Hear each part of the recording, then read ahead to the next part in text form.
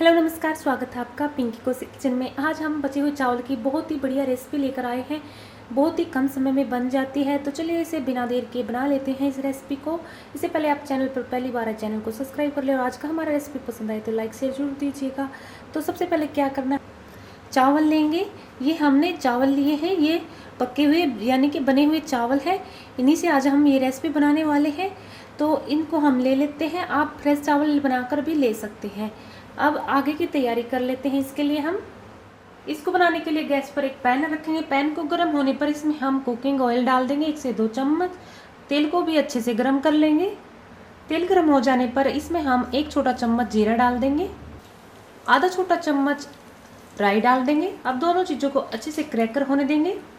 दोनों चीज़ों को क्रैकर होने के बाद इसमें हम अदरक डाल देंगे, अदरक का यानी पेस्ट, और साथ में ही हम कटी हुई 2 हरी मिर्चें डाल देंगे। अब इनको मिक्स कर लेते हैं, एक बार इनके साथ मज़िया से मिला लेते हैं। इस तरह से मिलाने के बाद इसमें हम डाल देंगे बेसन। छोटे चम्मच से नापे तो ये 4 से 5 चम्मच है, और यहाँ पर मैंने 1/4 कप यहाँ पर बेसन लिया है। तो इस तरह से मिलाने के बाद अब हम गैस का फ्लेम मीडियम हाई रखेंगे।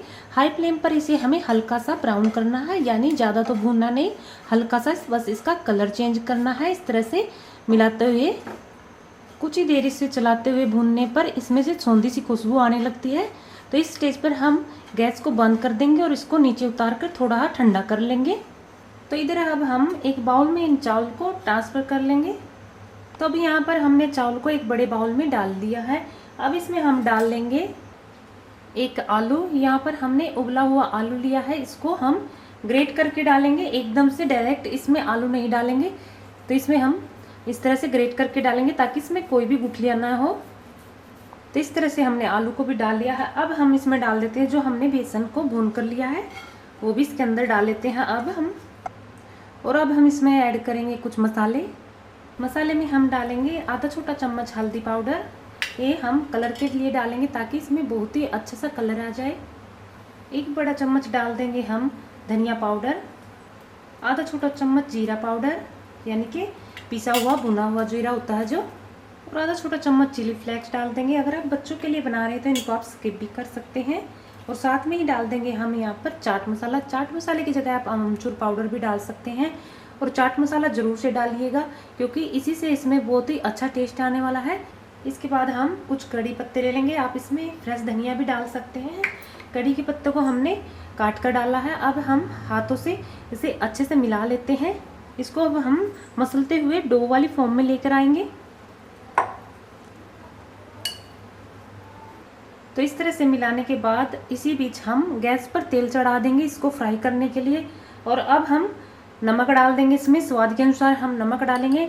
नमक हमने सबसे लास्ट में इसलिए डाला है, जब हम इसको फ्राई करेंगे तभी नमक डालेंगे, क्योंकि ये पानी छोड़ देता है और फिर ये ज़्यादा लूज सा हो जाता है, और इसके जो हम नाश्ता बनाएंगे वो अच्छा नहीं बनेगा और सेप भी अच्छी नहीं आएगी, इसलिए हमने सबसे लास्ट में नमक डाला है।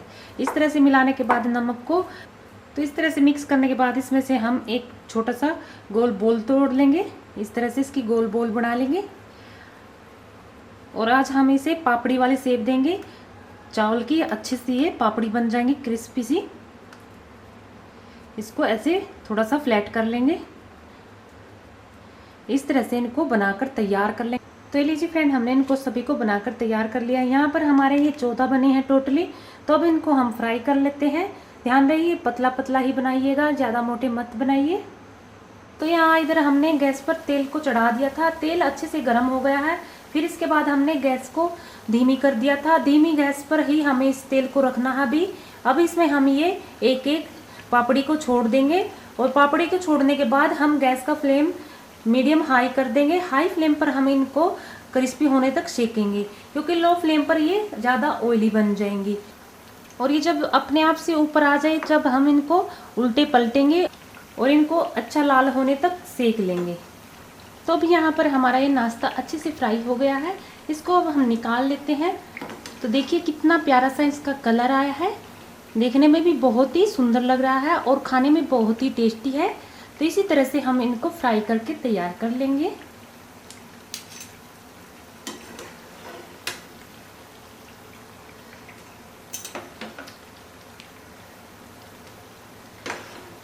तो यहाँ पर हमने फ्रेंड इनको बनाकर तैयार कर लिया है। देखिए कितना अच्छा हमारा ये नाश्ता बना है और ये हमने बचे हुए चावल से बनाया है और ये एकदम खस्ता क्रिस्पी नाश्ता है। आप देख सकते हो कितना ये करारा नाश्ता बना है। तो आप इसे ज़रूर से ट्राई कीजिए अगर आप समोसा कचौड़ी के फैन हैं तो। मिलते हैं एक और नई रेसिपी के साथ, तब तक के लिए बाय, धन्यवाद एंड थैंक्स फॉर वॉचिंग।